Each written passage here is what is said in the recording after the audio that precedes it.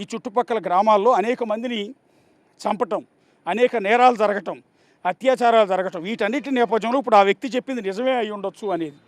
పర్టికులర్గా అనన్య భట్ అనే ఒక స్టూడెంట్ మరణం, ఈ ధర్మస్థల క్షేత్రానికి వచ్చి ఆ తర్వాత అత్యాచారానికి గురై ఆమె చనిపోవటం ఒకటి. ఆ తర్వాత రీసెంట్గా ఇంకో 17 ఏళ్ల అమ్మాయి సౌజన్య అనే ఇదే ధర్మస్థల గ్రామానికి సంబంధించిన మరొక యువతి ఇదే ఆధ్యాత్మిక క్షేత్రం పక్కన అత్యాచారానికి గురై ఆమె డెడ్ బాడీ దొరికింది. సో సౌజన్యకి న్యాయం చేయాలి, సౌజన్యను అత్యాచారం చేసి చంపింది ఎవరో తేలాలి అని ఎన్నో ఏళ్లుగా స్థానికులంతా కూడా పోరాటం చేస్తున్నారు.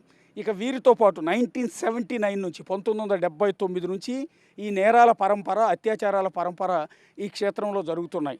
కాబట్టే కొన్ని వెలుగులోకి వచ్చాయి, కొన్ని వెలుగులోకి రాలేదు. కొంతమంది మనుషులు ఇక్కడికి వచ్చిన వాళ్ళు కనపడలేదు, ఏమైపోయారో కూడా తెలియదు.